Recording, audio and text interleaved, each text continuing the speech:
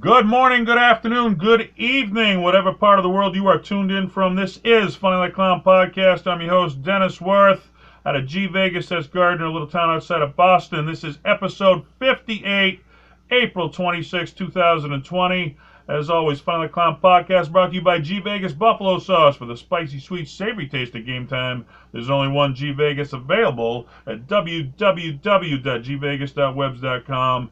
Get yourself some buffalo sauce, fight the coronavirus. It won't cure you from the coronavirus, but it might make you feel better while you're dealing with it. We discuss comedians, and you got good comedians, you got great comedians, and then you got the legends, and this guy's part of the legend category, Rodney Dangerfield. And to do that, I have on local musician Sean Fullerton. Sean, welcome to the show.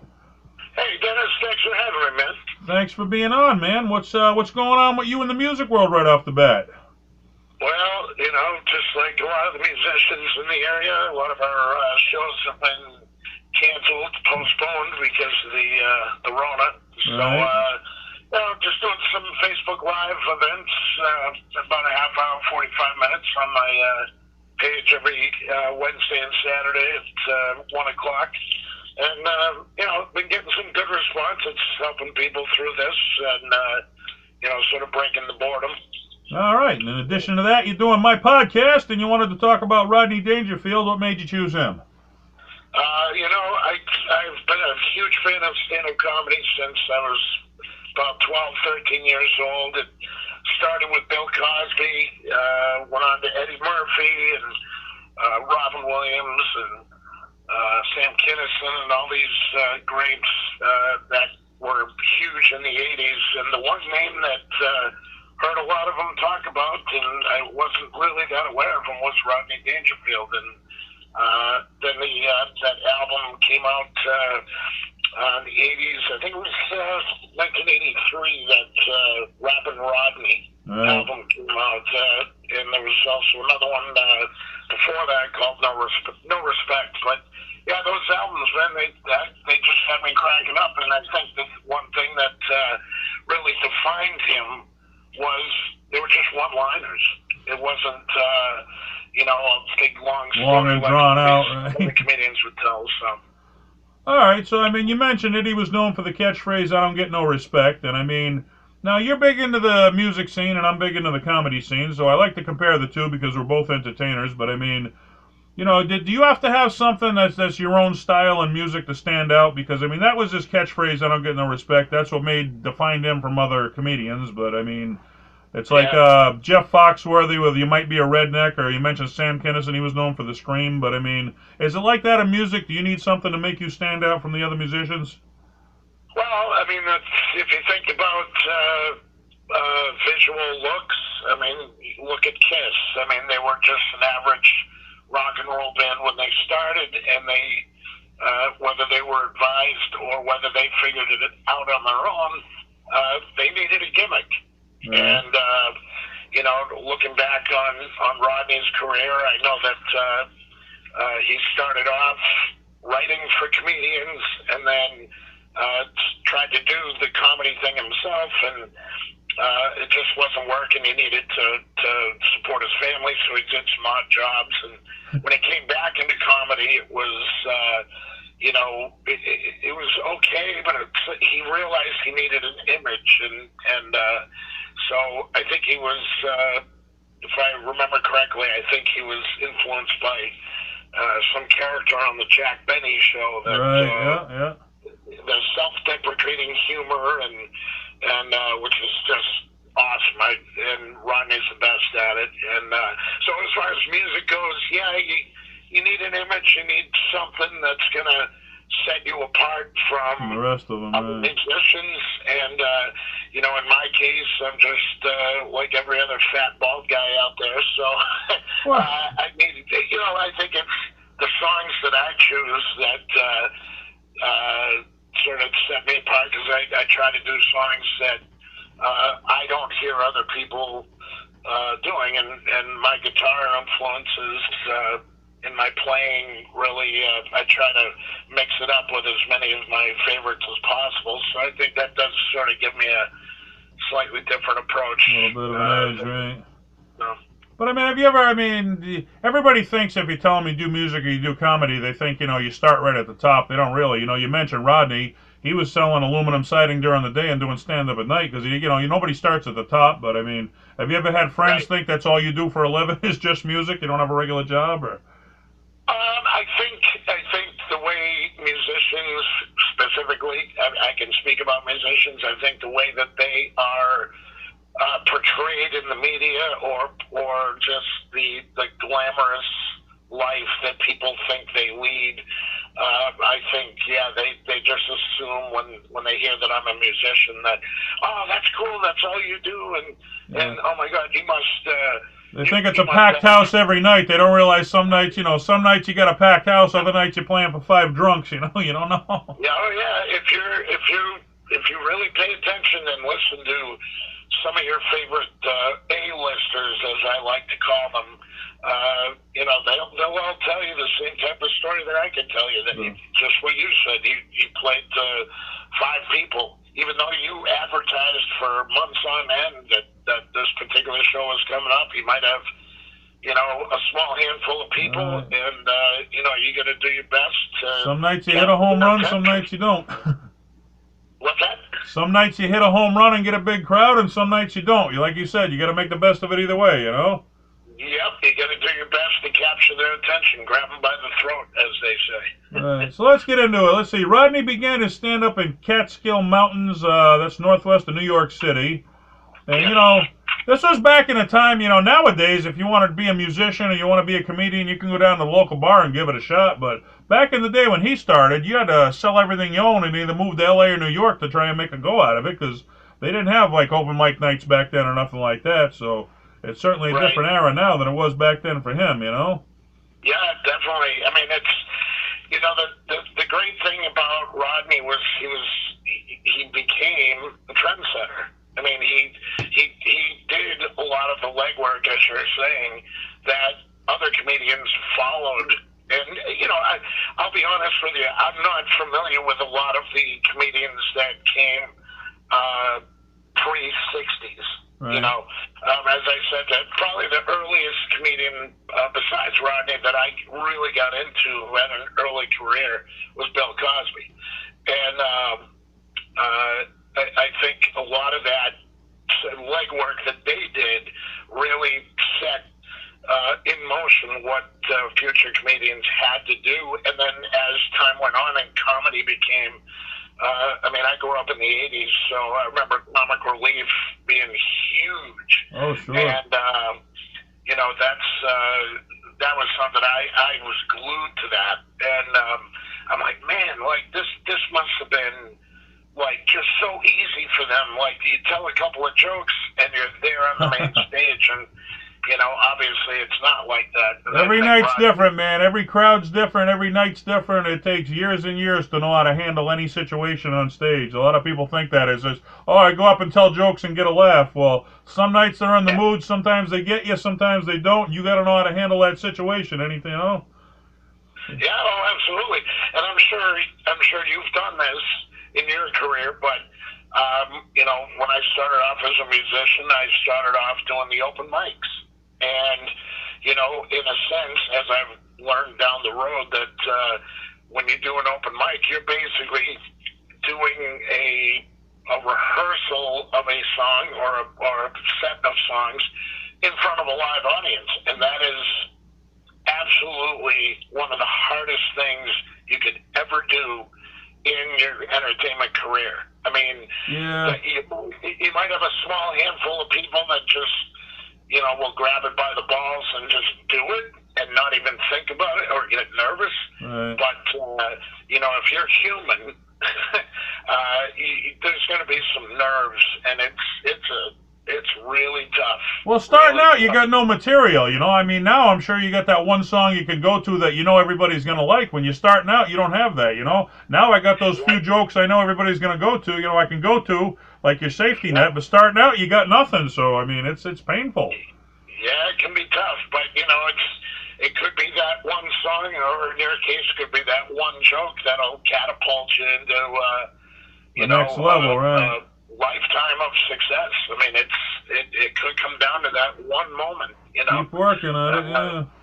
So it's, but yeah, Rodney, I think, was a real trendsetter, and I mean, to have the wherewithal, to have the mindset, to be like, okay, what I'm doing is not working necessarily. I got to come up with a way to get noticed, really capture people's attention. And I think something that doesn't ever really get talked about with Rodney, and I think this is very important to bring up.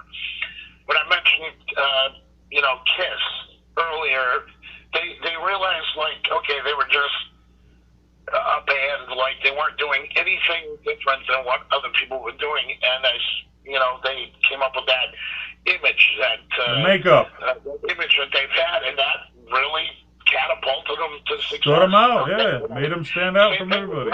Same thing with Rodney. He not only came up with the persona of the self-deprecating humor and how he gets no respect, but also what people don't talk about a lot is if you watch any video clip of Rodney Dangerfield, 99.9% of the time he is in a black jacket and a red tie. The red tie became, he wasn't even trying for that. He said that he wore it and he just became known for it. He was just too lazy to come up with a dress scheme. Yeah, he wasn't trying for that. It was like people started talking about it, so he just went with it. But it was never intentional that he'd be known for that. It was just something that people invented, and once they started talking about it, he just stuck with it, Yep, absolutely. Yeah, you just stick with what works. Yeah, there you go. So he became a regular on late night TV in the 60s and the 70s, where he started to gain some notoriety. And the notoriety from being on late night TV developed into a Las Vegas casino act. Have you ever been to Vegas?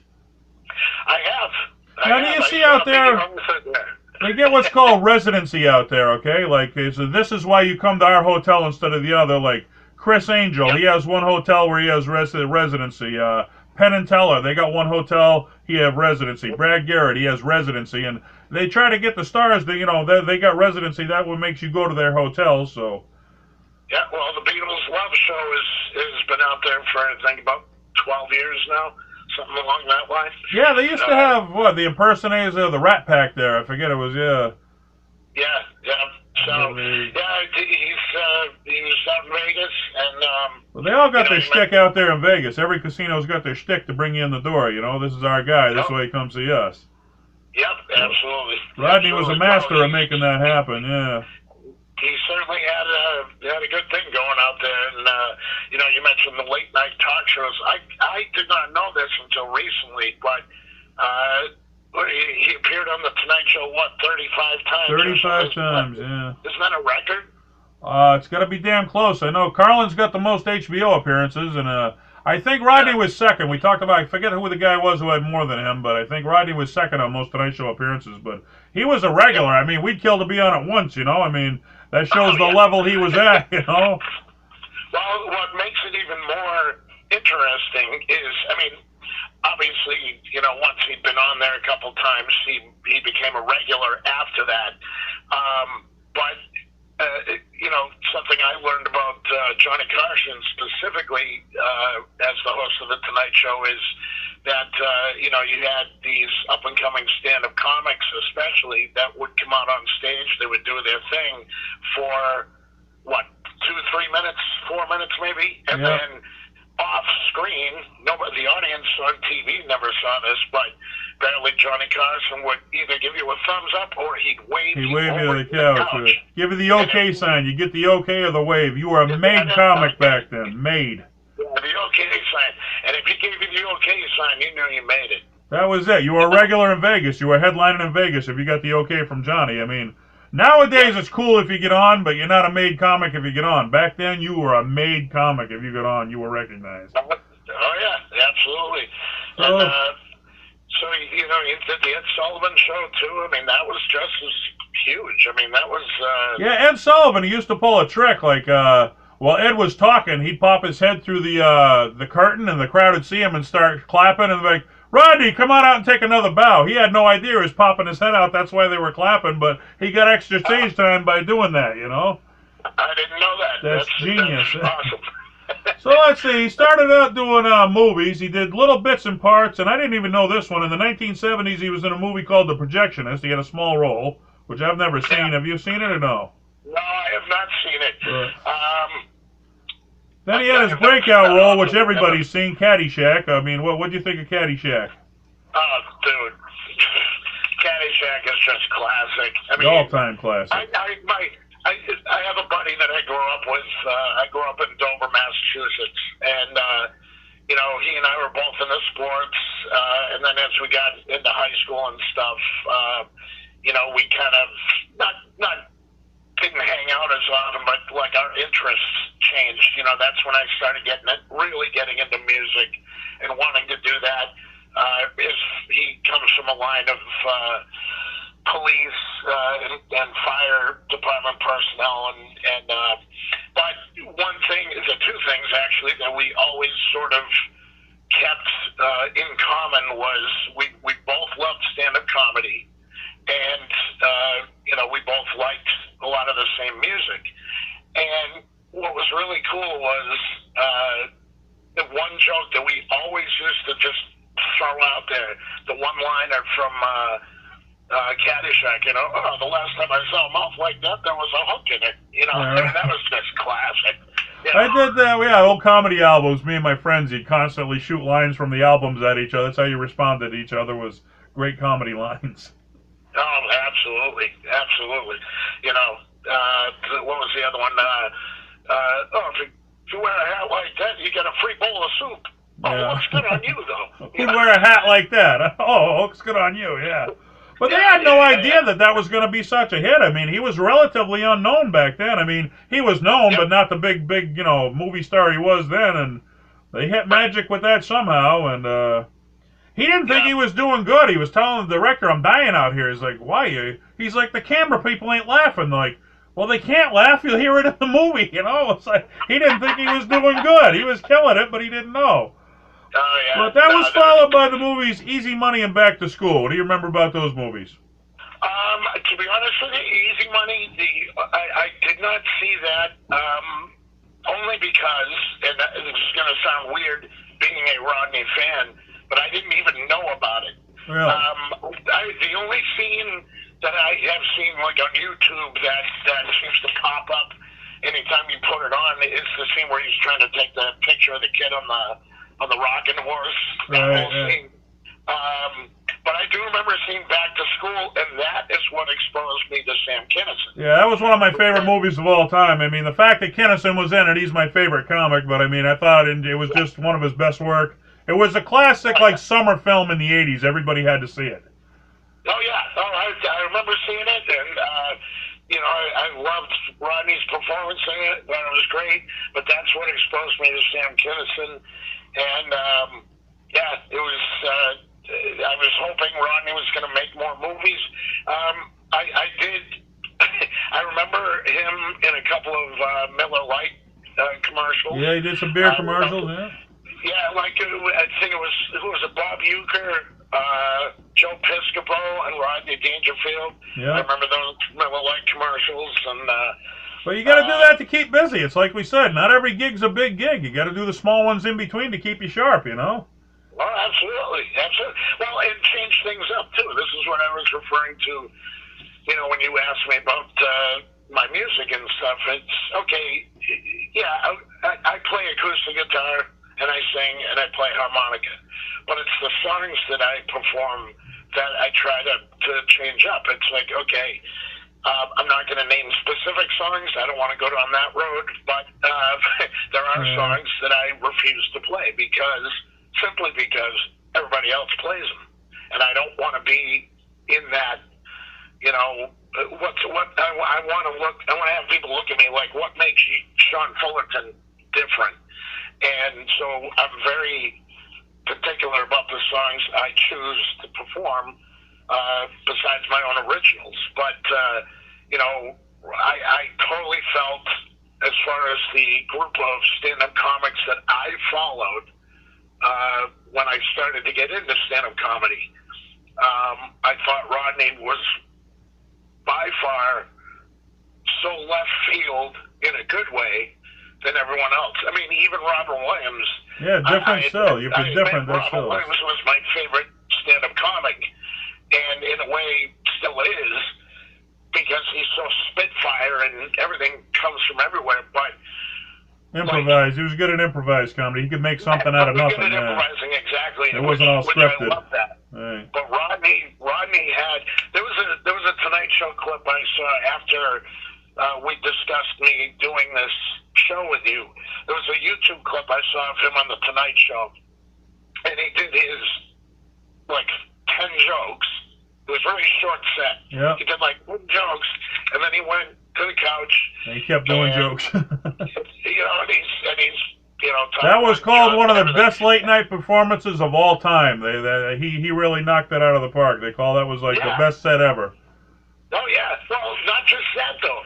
He did the 10 jokes, and he went and sat down, and he was funnier from the couch. Right. Well, he kept doing his routine. He didn't do the interview. He just kept telling Johnny jokes, and he had Johnny cracking up. He just went with it, Yeah, but it was like spitfire, and they were all different one-liner jokes. That was the best part. Well, it must be easier in music. Like, sometimes you can listen to a song and get so pumped up, you hit rewind and you just listen to it all over again. Where in comedy, you get the regulars who come in to see you, and you crack them up at your routine the first couple times. By the third and fourth time, they know the jokes, they know the punchline. It's an old joke at that point, so you got to constantly change your material. Where music, you can just keep playing the same songs over and over.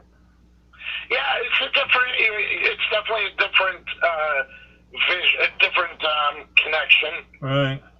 Is my bigger word, but and you know what? There was I can't see how like comedians, even when they hit the big time,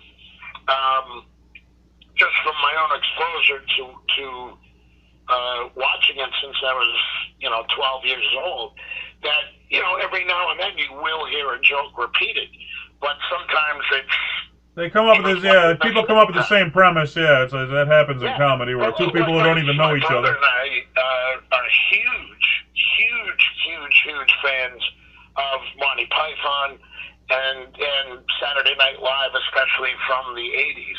And I mean, we're constantly quoting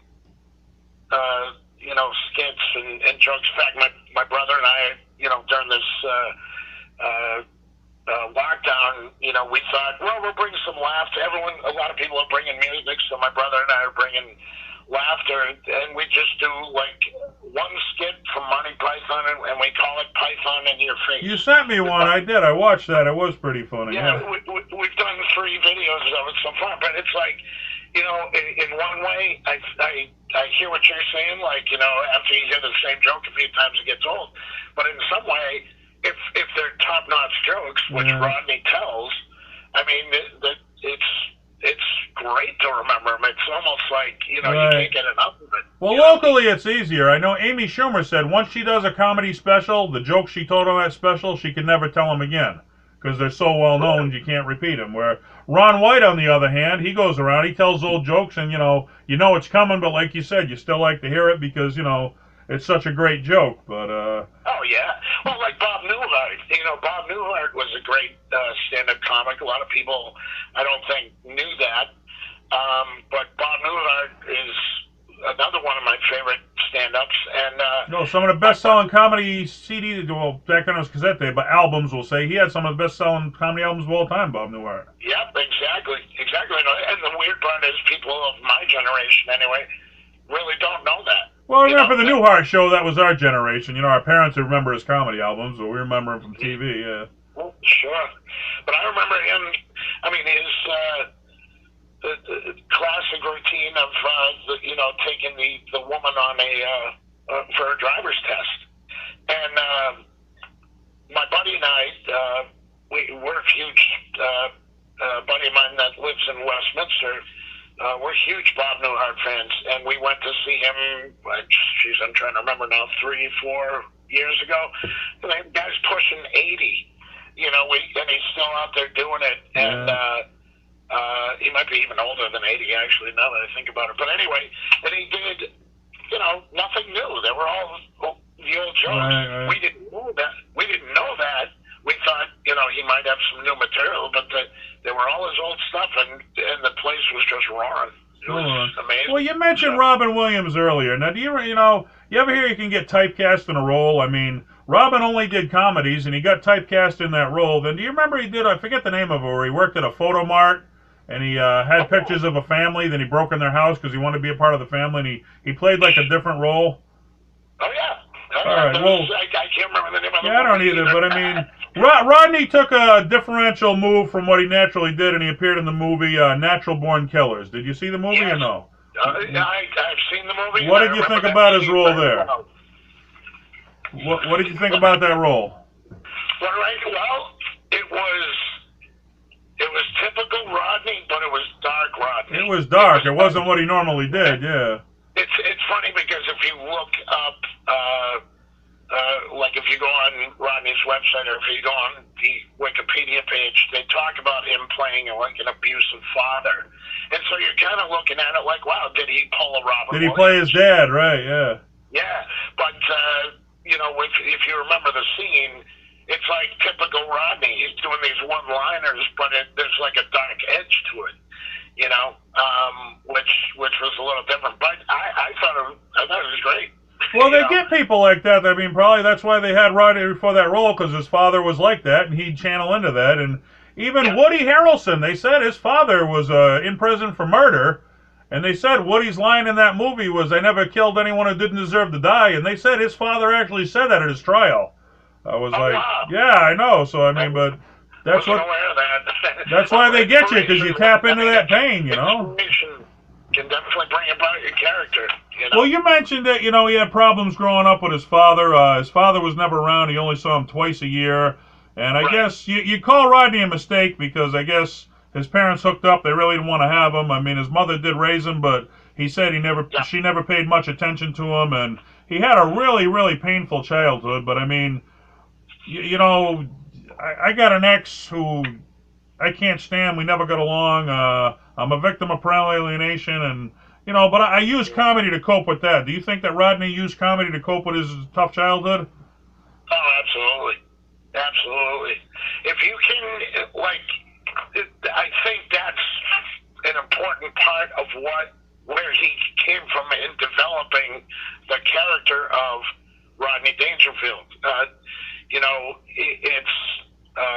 It's important to know, I think, first of all, for your listeners, that, Rodney Dangerfield was, according to quotes I've seen from his wife, or his widow, that, he was a very respectful person. He was nothing like the guy you saw on stage. Yeah, a few people are. He would jump around, but he was a romantic. He was a sentimentalist. He was sweet guy. A family man. Oh yeah, he was known as a sweet guy.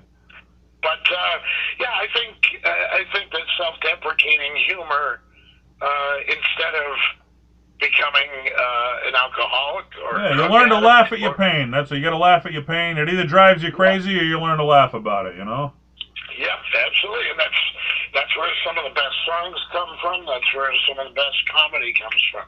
So at age 15, he started writing jokes for comics that performed in resorts in New York City. Then he struggled financially. He got fired from being a singing waiter.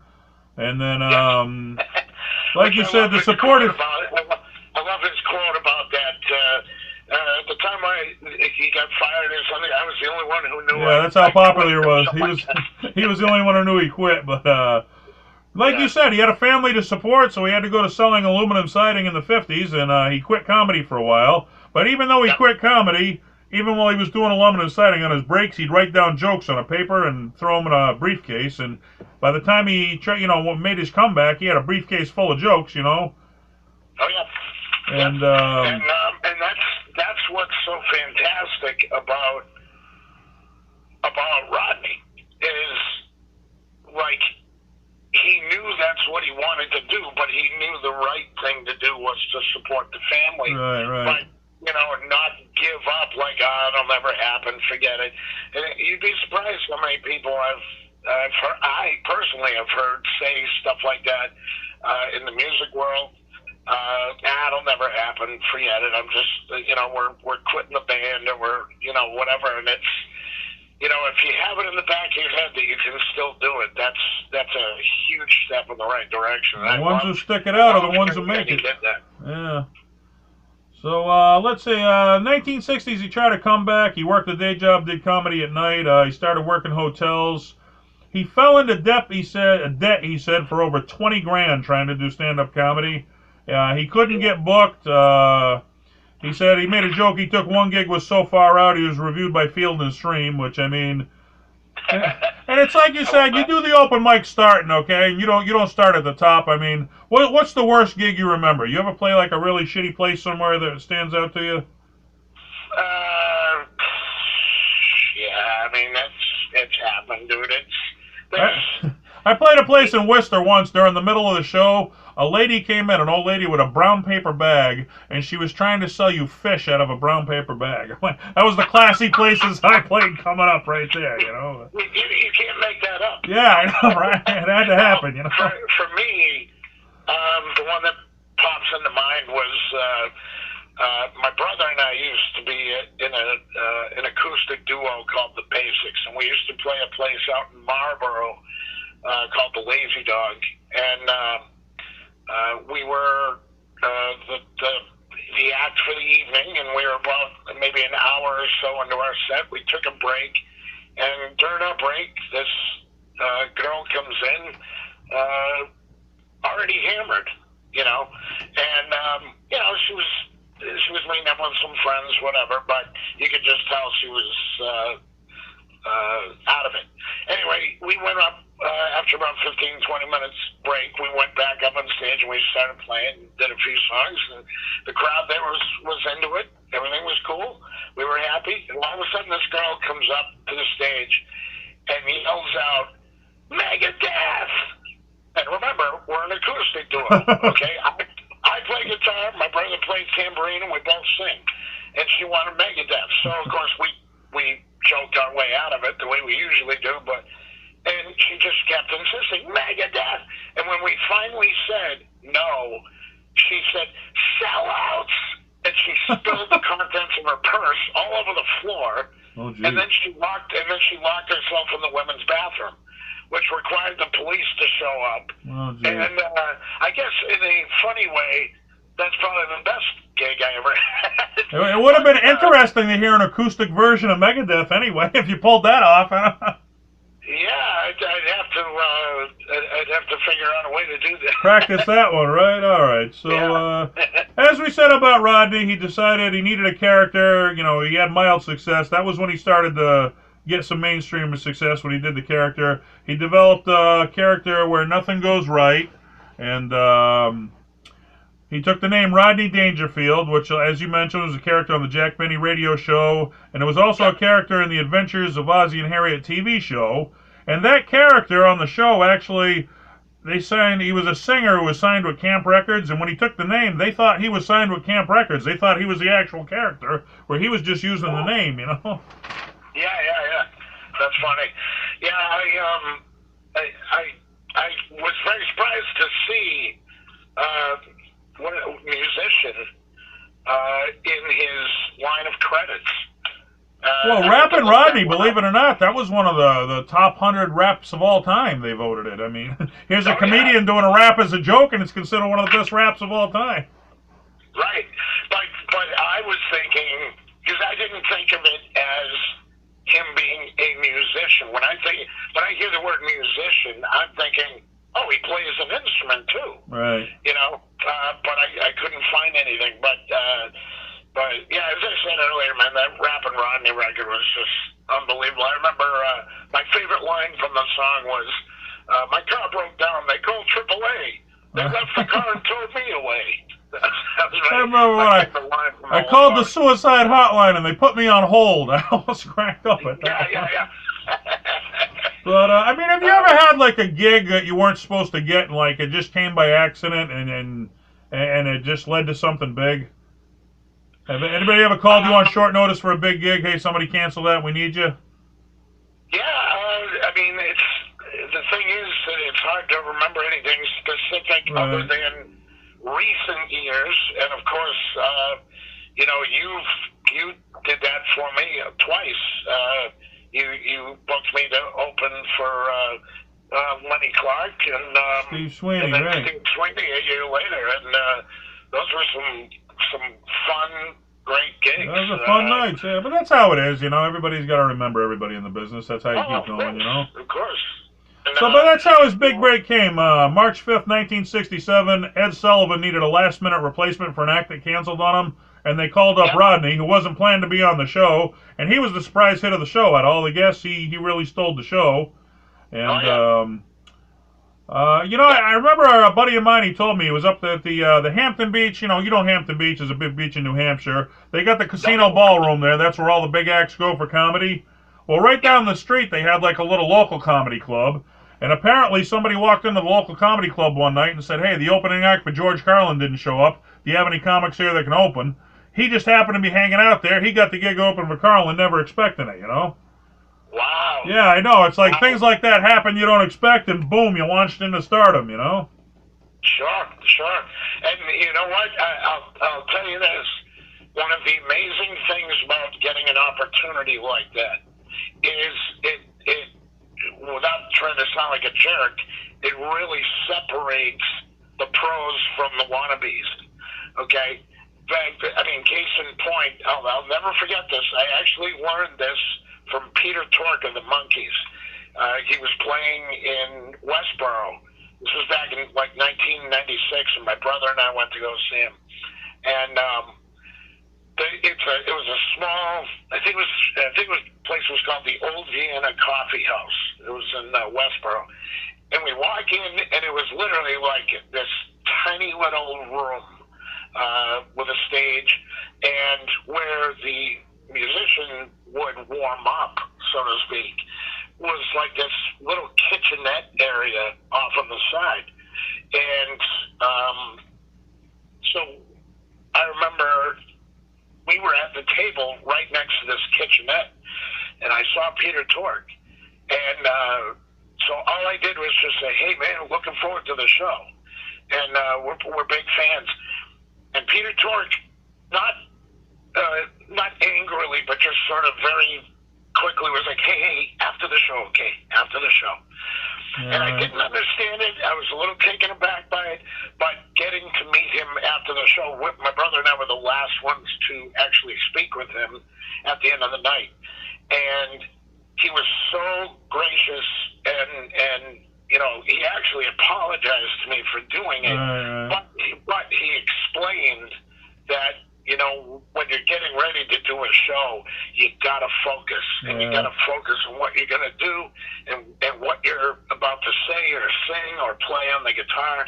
And so, you know, I hope I didn't offend you. I was trying to get in my mindset, and that was a huge lesson for me, because I still use that mindset to this day, that when I'm about to go on, I don't want to talk to anybody. I don't want to. People do that to me a lot. I'll be running a show, and they'll be like, hey, can you take a picture of me when I'm there? I'm like, no, I'm running the show. I kind of got a lot to do here. I mean, I'm not trying to be a jerk, but I really don't have time for that, you know? They think I'm being a jerk. It's like, you know, you're not under the pressure of making sure the show goes down. I am, you know?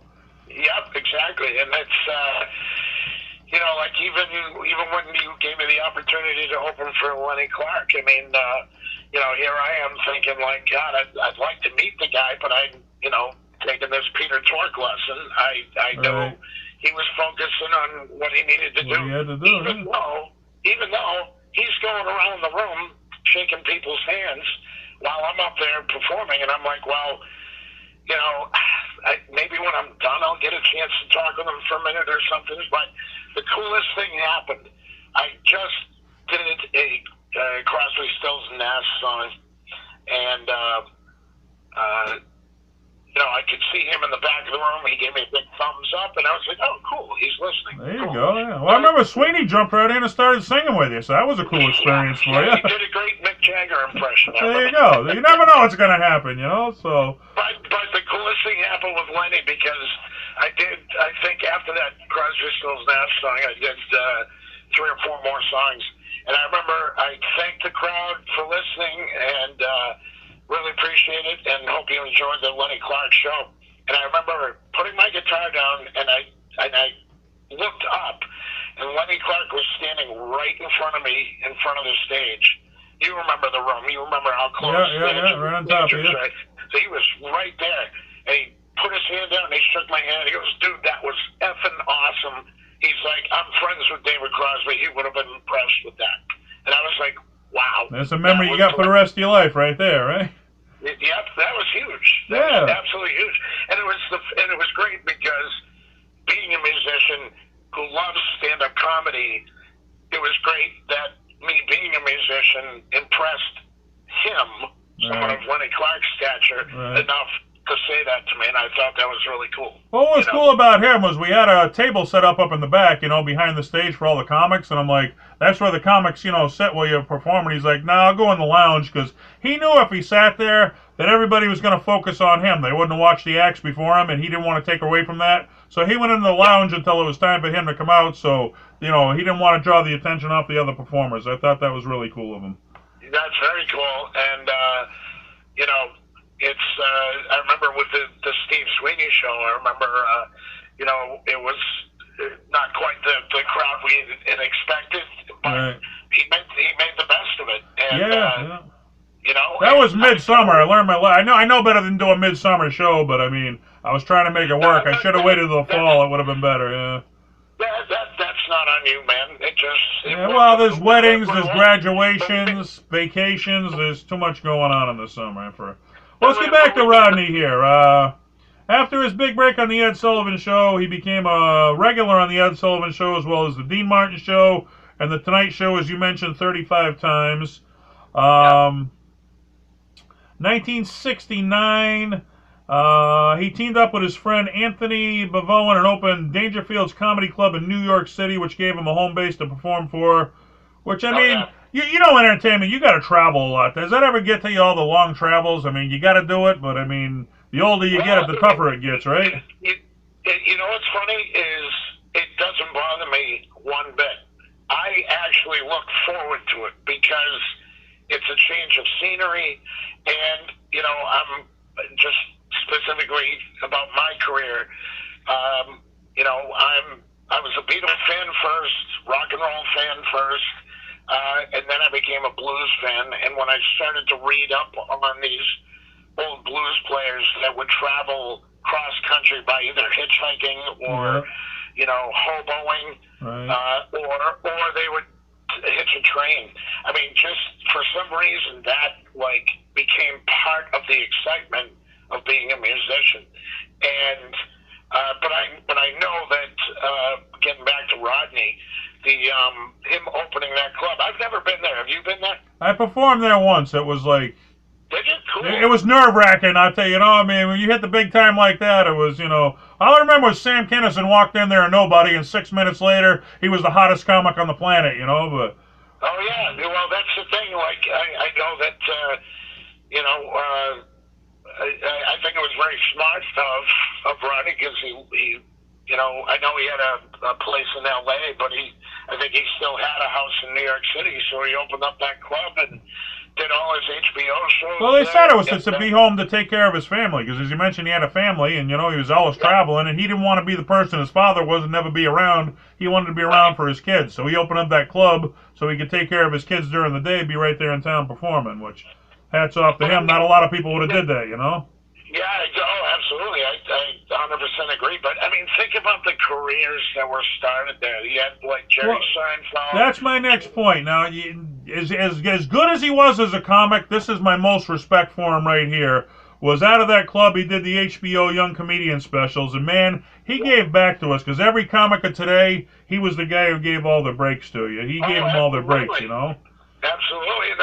That's what I meant earlier. It's like he gave us so much, not just comedy, but, the next generation he brought us. Yeah, well, that's what I meant earlier. I didn't word it this way, but that's really what I meant. It's like, he got his start early on, 1940s at least, and, he went through all the trials and tribulations and did a lot of the legwork, and then gave back to the up-and-comers by giving them advice, giving him a shot on the stage. TV? And, TV, and it's just like, now all these comics that are coming up, they know what to do now. It's like it was all up in the air back then. And well, I'll read the names to you here. Now, these are the people he gave his start to, just a handful. Jerry Seinfeld, Tim Allen, Roseanne Barr, Jeff Foxworthy, Sam Kinison, Bill Hicks, Andrew Dice Clay, Louis Anderson, Dom Herrera, and Bob Saget. All those comics we wouldn't even know today if it wasn't for Rodney Dangerfield. Jim Carrey? Jim Carrey, that was another. Well, that was later on that Jim Carrey, yeah. Right. But I mean, can you just imagine? I mean, have you ever had a musician? Have you ever helped out another musician, like a young up and coming one, and just seen the appreciation in him, or? Oh sure. Like I used to run an open mic out in Clinton a number of years back, and you know, it was like whatever you wanted to do, originals or covers, and you know, I gave some experience to new people that were older than me who had never been on a stage before, and they were like, I'm so nervous. And it's like, you know, that means that you care about what you're about to do. Right, you know, and when I told them that, their nerves literally like didn't wash away, but it relaxed them big time. I remember comic Greg Bogus told me that. I was so nervous. I think it was my third show I ever did. And I'm like, do you ever get nervous? He's like, I got my routine. I'm going to tell it. They're either going to like it or they're not going to like it, but it ain't going to change. I was like, that's a cool way to deal with it. You know what I mean? Yeah, absolutely. But, you know, as in my experiences as a musician, literally, even today, I mean, I'm 46 years old. I've been doing music professionally for 25 years. Even today, I get nervous. This whole quarantine that we're in now has forced a lot of us musicians to do some live streaming shows. Online, everybody's going, even comedy. It's very different. A lot of us have said the same thing. It's different in the fact that you're playing to a camera, where you're used to playing in front of people and getting that automatic reaction of whether they like you or they hate you. Right. But you're playing to a camera and there's no reaction, and on top of that, it's a live thing. And for some reason, and I truly believe this, if you care about what you're doing, there's going to be a little bit of nerves there. And for me, the first time I did it a few weeks back, I was very nervous. In fact, if I watch that video, when you stop getting nervous, you don't care about your art anymore. If you're not getting nervous, there's something, you know, you don't care about what you're doing anymore, you know? Yeah, exactly. Exactly. I totally agree with that. All right, let's see. 1980, he came out with a comedy album, No Respect, which won a Grammy. The follow-up album that we discussed already was Rappin' Rodney was the follow-up album. And MTV got onto that one big time. Yep. Now, do you think comedy albums, those are a thing of the past? Because now with the internet, they can't make any money off them anymore because everybody's downloading for free. I mean, even in music, you don't see many comedy CDs anymore, do you? No. They're kind of like, I think, who was it? Anybody, somebody said that they're more of an advertisement tool now. You put them out for free, and that'll get you to come to a concert, and that's where you make your money. That's why we're paying big money for concerts now, because that's the only place they can make money is live shows, you know? Yeah, it's, well, in regards to the music world, yes, that's definitely been a noticeable change. The record companies are still out there, but I think the number of independent musicians that are doing it on their own are starting to, if they haven't already, are starting to outnumber the power of the music business. Everything's online now. I mean, DVDs and CDs are a thing of the past. Everybody wants to download and stream online, you know? Yeah, in fact, I'm going through tons of DVDs right now. So if you want any, you know, come see Sean, right? I know for comedy albums, you know, the first one I had, which is probably the first one anyone had, really was Delirious. Eddie Murphy's Delirious. That was our generation. Yeah, no, that was the first one that went like to an insane level. There had been popular comics before that, but that was the first one to start selling out arenas and stuff. You know, you weren't playing comedy clubs anymore. You're doing arenas now. And well, I'll tell you a really quick funny story. So I remember getting that record, and you know, my mom I was like 11, I think, 11 to 12, right around that time. Mm-hmm. And I remember my mom took me to Strawberries in Framingham. That was still a thing back then. And I looked in the comedy section just because I was familiar with comics, but I wasn't like a huge fan just yet. And I saw Eddie Murphy, and I remember him from Beverly Hills Cops. I'm like, oh man, I didn't know that they put out a record for him. So I was like, Mike, can we get this? This is the guy from Beverly Hills Cop. She had no idea what Eddie Murphy's comedy style was like. She didn't realize all the how dirty it was, the colorful language, so to speak. So she didn't like that. She didn't like that we had that record. But you had to hide those from your parents, absolutely. And then we got into Bill Cosby, and I have all of Bill Cosby's records still. And I think, I loved the difference between Eddie Murphy, who could use, the F word and stuff to his advantage, but I also liked that Bill Cosby could get away with being funny. And I think on record, there's only one time that he swore.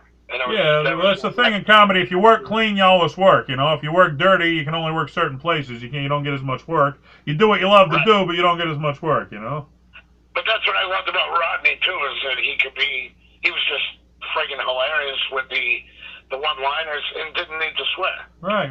It's who you are. You tap into who you are. If you grew up swearing with your friends, that's what you're gonna portray. If you grew up, talk clean with your friends, that's what you're gonna portray. But he was one of the few artists who actually ran his own. I think what you just said a minute ago is really important too. Is that if you work clean, you can work just about anywhere. A lot more work, I grew up loving Sam Kinison. It's like, I work less, but I do what I love to do. If I had to work clean, I wouldn't be enjoying what I'm doing. So it wouldn't matter if I worked more. If you're not doing what you love to do, what's the matter? Oh, that's obviously huge too. But the cool thing is about Sam Kinison that I see this. I don't know if you've ever thought about this, but what I love is that he will swear, but the fact that he used to be a pastor makes it that much funnier. Right, he went the other direction. Well, it was a proven thing, I think, with Motley Crue when they put that. Remember they had to put parental advisory stickers on the thing? Yes. But it was a thing. I remember on MTV they called it obscenities per minute, and it was a proven thing. The more obscenities per minute in the 80s, your album sales would be higher. I guess people like to listen to people swear back then. I don't know, but you thought, if your parents told you couldn't have it, you'd want it twice as bad, so that was an advertisement tool. But this is cool about Rodney. I didn't even know this till I was doing the research about him. He was one of the few mainstream artists. He actually ran his own website, Nowadays, people that big, they got people to do it, but he ran his own website. Yeah, I think that was really cool. And in fact, one of the Tonight Show appearances that I saw him on, one of the later ones anyway, he thanked everybody for tuning into Rodney.com, and he's able to tell instantly what people are thinking, or what he was voted the 100 most influential people on the web. Now, if you consider how many websites are out there, to be in the top 100 most influential people on the web, that's saying something. Oh yeah, definitely, absolutely. All right, so I'll say some shows he's been on. You tell me if you've seen any of these shows or not, because some I've seen, some I haven't. He was on The Simpsons, Home Improvement, In Living Color, and Adam Sandler's movie Little Nicky, where he played Lucifer. Have you seen any of those? I did not see Adam Sandler, to be honest with you. I really wasn't a fan of his until maybe recently I've gotten to like some of this stuff. But as far as The Simpsons go, I had completely forgotten he was on that. But yes, I did know he was on that. You did see that one, yeah? What else? The Simpsons, almost every podcast I do. Almost every podcast I do, the comics been on The Simpsons. They really, they hit all the big names, in any name in comedy. I had no idea so many comics have been on that show. Yep. One thing that I saw that I thought was pretty interesting was he tried to develop. I don't know if he had a hand in developing it, but he became a part anyway of some TV show that NBC was going to pitch called Where's Rodney? Yeah, they didn't pick it up, but yeah, they tried. Well, a lot of things don't get picked up, but. So So, but it was supposed to be about his teenage life or something like that. Yeah, well, it was a young kid, and whenever the young kid needed advice, Rodney would appear and give him advice as Rodney was the pitch of the idea. Yeah. But check this out, dude. I don't know if you knew this or not. Hopefully your listeners don't know this, and I'm not repeating anything they don't know. But Rodney Dangerfield was rejected for membership in the Motion Picture Academy in 1995. Yeah. Okay. Then the fans turned on. After the fans protested, the Academy reconsidered, but Rodney refused. He said, "F you now, man. Too late. You could have had me once. Now you ain't have me." Good for Rodney, you know. But yeah, absolutely. That's exactly what I was going to say. I think that's fantastic. That such a huge organization, the Motion Picture Academy. It's. But I get that a lot with comics, too, you know. When I was a young comic starting out, I used to beg people, hey, can you put me in a show? They wouldn't give me the time of day. Now that I'm a powerhouse booker in Central Mass, all the same guys are contacting me, hey, can you give me a shot? It's like, yeah, fuck you. Yeah, where were you when I was coming up, man, you know? But it feels good to be able to get the payback, you know? Well, sure, absolutely. And you know what? That's the kind of thing that's going to bite them in the ass in the end. And that's why I have never, ever in my career, I've never put down anybody that approached me. Well, you're a smart one then, because these young kids do, I'll tell you. I deal with a lot of that because shit. As much as I say you want to set an identity for yourself, you want to make a sound for yourself to separate you from other people, at the same time, I'm not above anybody else to, not help out in some way. But these young kids, they get rude about it. They think you owe them something, you know? It's like you cut them a break, and now they think they're hot shit comic. Well, you owe me something now. I don't owe you shit. Yeah, don't get me wrong. Don't get me wrong. If a kid's going to be rude and disrespectful and come across with that, millennial attitude, I'll tell them where to go. Yeah. But, someone that I can see is... definitely passionate about doing music and definitely passionate about going forward and doing something with their career. I have no problem. Yeah, please and thank you will take you a lot further than, you owe me and I'm entitled, which most of these kids, But they think, you know what, if they won't give me a break, I'll attack them. That'll get me notoriety by attacking them, because they're a known comic. Well, if you won't give me a break, I'll attack them, and that'll get me known, Let me ask you a question. Switch roles here for a minute. As a comic, have you ever gone through the experiences like I have, and I have many stories about this, but have you ever gone through the experience of, we'd love to have you do this gig. You're not going to get paid for it, but it'll be great experience. Oh, yeah. It'll be great exposure. That's what I get a lot. Great exposure for you, but but nobody works for free. The only time I make the exception of, benefit shows where if somebody's, doing to raise money for cancer, I don't mind donating my time because it's going to a good cause. But, if they're making money off the show and they think I'm performing for free, you got anything coming, Right. Well, you know what? I kind of look at it two different ways, okay? I completely agree with you as far as benefits. And so I play the Relay for Life event in Gardner all the time, every year, when they've had music. The last couple of years, they haven't had music. But a quick point, if they're not going to pay you, all that means is they're not going to put any money into the show, and they're not going to, advertise it hard. That's all that means if they don't want to pay you, Yeah, that's something that could be a whole other podcast. If they risk their money, they're going to put some effort into that show because now they got money on the line, Yeah, we go through... Yeah, we could go a whole podcast on that one. Yeah, exactly. Musicians go through a lot of stuff like that. I've been through a lot of stuff like that, and especially when the advertising is very one-sided, I do emails. You do your part and they don't do theirs.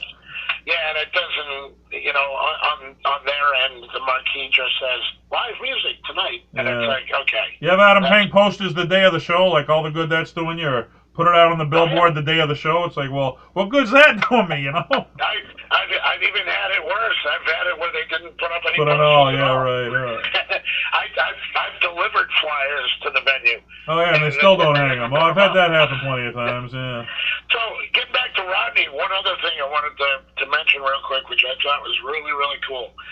I mentioned earlier about the black jacket and the red tie, and I love that they put it up at the Smithsonian Institute. Yeah, it's in there with the Fonz's leather jackets in there, Rodney's red tie and jackets in there, shirt, white ties in there. I mean, that's quite the honor. Have you ever been to the Smithsonian? I've never been there, but have you ever been? Oh, yeah. Yep. I was there.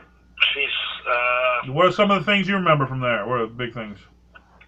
Let's see. Archie Bunker's there from All in the Family. Archie Bunker's what again? I sneezed. What's that? What was it? Archie Bunker's what? I sneezed. I didn't hear you. Archie Bunker's chair. Oh, his chair. Okay, yeah. Yep, his chair.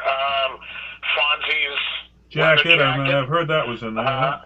Yep, Muhammad Ali's boxing gloves when he beat George Foreman and became the world champ. That's quite the class of people to be in with right there, It's only the best of the best that are in there. But. Absolutely. What I love about Rodney, though, is he got his white shirt, his red tie, and his black jacket on display. And when he handed the shirt to the museum's curator, Rodney said, "I have a feeling you're going to get used this to clean Windenberg's plane." Clean the plane, yeah. He was always like, "Well, you're a comedian. You're always looking for a joke, no matter what situation you want to make fun of it." But that's what gets you remembered. Absolutely. Well, you mentioned this one earlier. He gave Jim Carrey a break. He signed him to open for him in Vegas. He actually toured with him for 2 years after he caught Jim Carrey at the Comedy Store in L.A. So can you imagine touring with Rodney for 2 years and being his opening act? I mean, that's just quite the give back right there. Well, for 2 years, too, and, anybody who knows Jim Carrey, his stand-up routine was just, take Robin Williams and multiply it by 10. It was different. It was different cells, yeah. Yeah, absolutely. My favorite Jim Carrey joke that I ever saw, being a harmonica player, I have to appreciate this. He was on the Tonight Show, and he said he wanted to do his impression of Wile E. Coyote after a bad fall. And so Johnny Carson's like, okay. Not sure what to make of it. And he says, here's Jim Carrey doing Wile E. Coyote after a bad fall. And Jim Carrey takes out a harmonica, puts it in his mouth, puts his hands by his side, and literally just walked across the stage up and down, while blowing in and out of the harmonica. And it was so funny. It was exactly the sound that you would hear from those all the sound effects. It was great. So I guess he had a great career. Then in 2001, he had a mild heart attack backstage at the Tonight Show. Funny part of that, he was a pot smoker, and he said while he was in the hospital, the nurses were complaining he was smoking pot in the hospital room, but he was Rodney, so they looked the other way. Yep. He had brain surgery to clear up his bloodstream for a heart valve operation. The operation didn't go so good. He was in a coma for several weeks, and then October 5th, 2004, he died at UCLA Medical Center. You being a fan of Rodney, you wanted to talk about him. What do you think his legacy is? What would you want other people to know about him? If you have not heard Rodney Dangerfield do a stand-up routine, you are missing out on some of the best laughs you will ever hear. If you can appreciate quick, one-liner, self-deprecating humor, Rodney's your guy. There's no one better. I think it was, trying to remember who said it. I think it might have been Jay Leno, who said that Rodney, hands down, is the best stand-up comic that ever lived. Right. And if you think about it, if you watch some of your favorites, your favorite being Sam Kinison, mine being Robin Williams, but, Rodney has such an impact on all of these guys that he helped produce, really. You can see a little bit in their routines of how he helped them out. And talk about a juggernaut of not only experience, but information that helped all these comedians that people appreciate today. It all started with Rodney. He was the Godfather. He was the Godfather of our generation, Our parents' Godfather would have been Groucho Marx or Lucille Ball. The kids of today probably be Chris Rock or Bill Burr. But of our generation, Rodney was the godfather that brought us all. One point I want to make, and we've talked about a lot about how music and coming up in comedy, it's a tough business, and the biggest thing, and you said some people tuck tail and they run and they stop doing it, sell the gear and quit. Other people stick it out. Those are the ones who make it. Rodney, when he was a young comic, he actually turned on Carson's Tonight Show, and Carson did one of Rodney's jokes. And Rodney actually wrote a letter to Johnny Carson saying, hey, you got a joke thief on your staff. They're stealing my jokes. And Johnny got this, and he's like, who the hell is this no-name son of a bitch talking down to me, Johnny Carson? And he wouldn't put him on the Tonight Show forever and ever, because that pissed him off. Then just out of a, coincidence, Johnny happened into a club that Rodney was performing that night.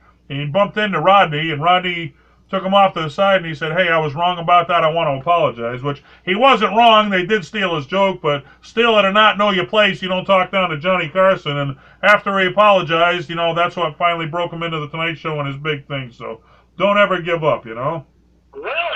I was not aware of that. Yeah, he wouldn't have him on forever until he apologized. And even though he was right, they did steal the joke, That happened to me. I did a local television show, The Comedy Kitchen, and I had Jackie the Joke Man Martling on, and I was trying to explain to him, this camera does this he's like, what's my camera? This one, let's do it. I got it. And we did it, and then after I sent it to him, and he's like, well, geez, I'm only looking at one camera. Why didn't you tell me? And I almost felt like saying, I tried to fucking tell you wouldn't listen, but I said, no, he's Jackie the Joke Man, I'm a local comic, and I shut my mouth. And that's what the kids of today don't understand, You don't talk down to somebody who's ahead of you in the business, even if you're right, man. And I thought that was a good lesson.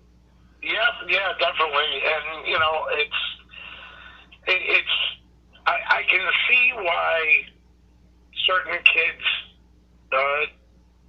do speak up, or certain people, I should say, do speak up. I remember seeing Livingston Taylor. He performed here in the Westminster area at the local high school, Ashburnham, I should say. Yeah.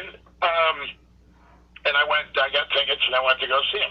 Well, my middle name is Livingston, okay? So after the show, I went up, I just shook his hand, and I said, it was a great show. My significant other at the time was the one who said, oh, Sean's middle name is Livingston. And I remember, this has nothing to do with music, but I just remember learning that lesson you just talked about from this exchange.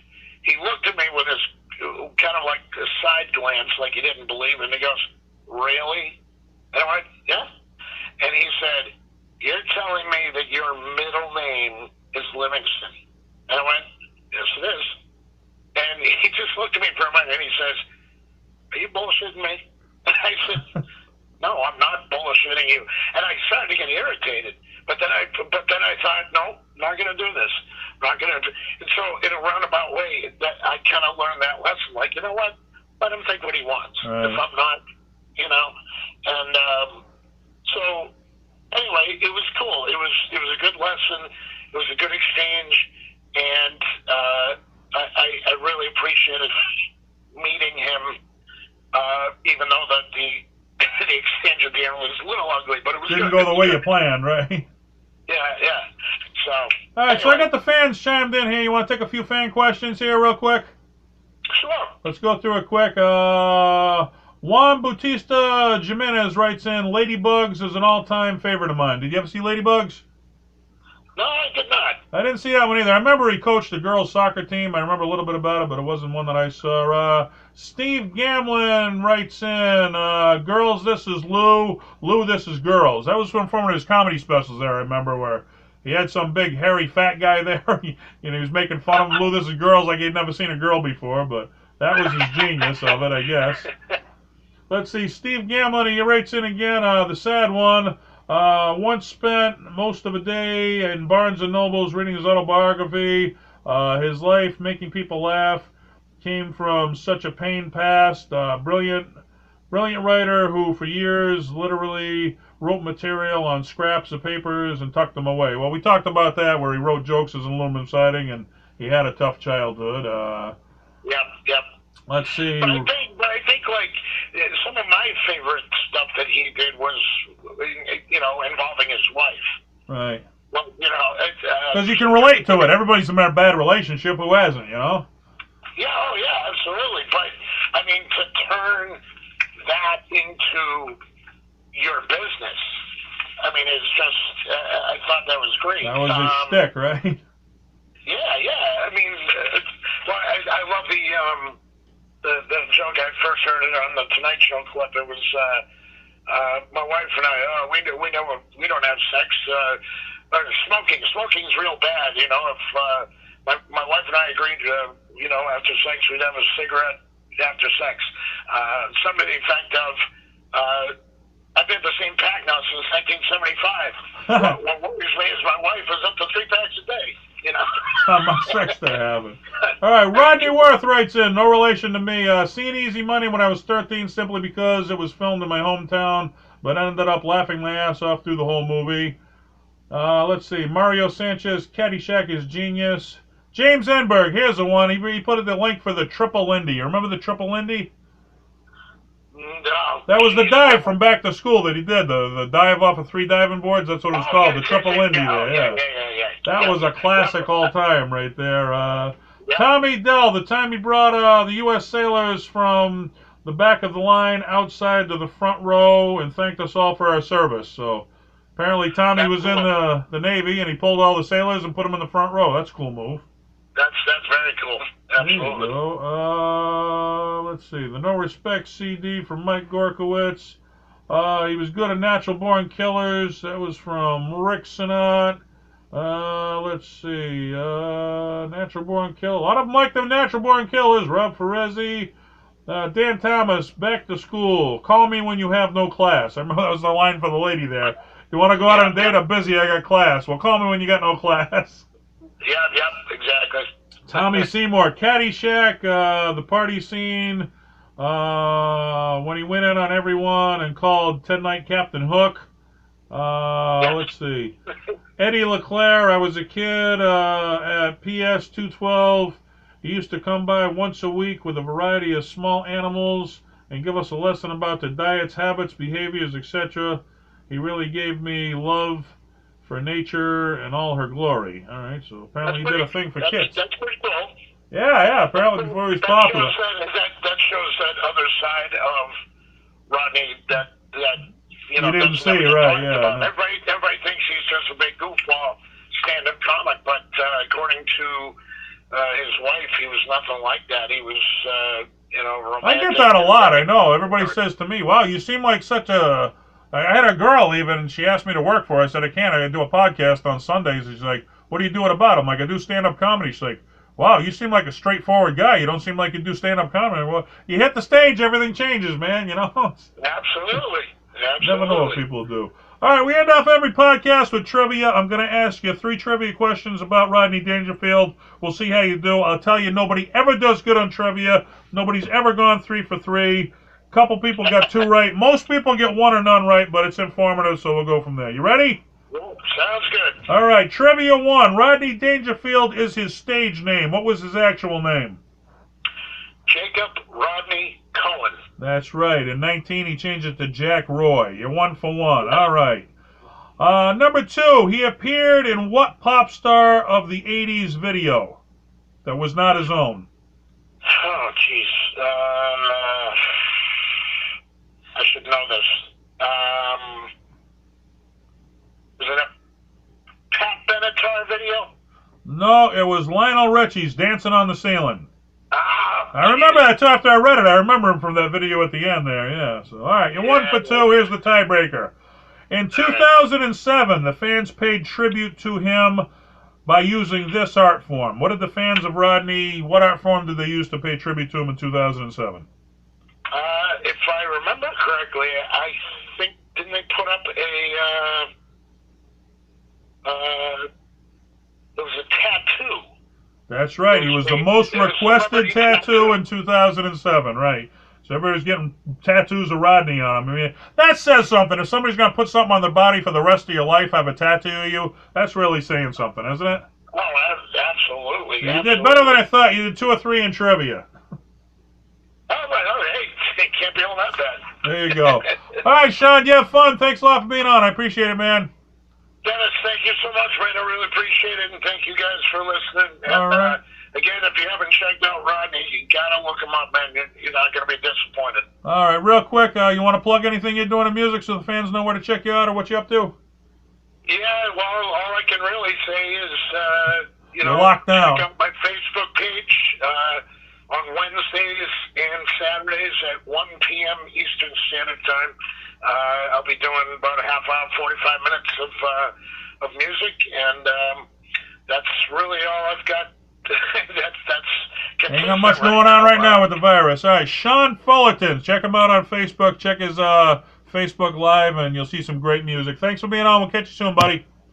Thank you so much, Dennis. All right, bye-bye. Bye-bye.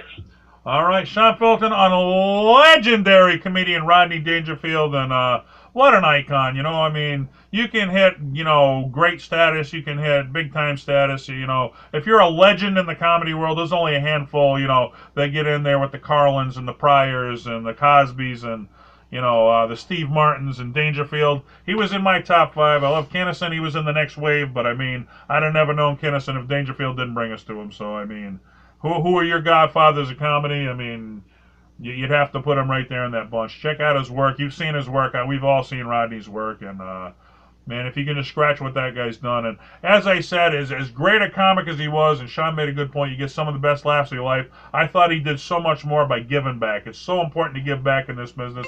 He brought us the next generation. And somebody's calling me. Sean's calling back. He wants to know how he did. But we're not done yet, so we're not going to answer that right now.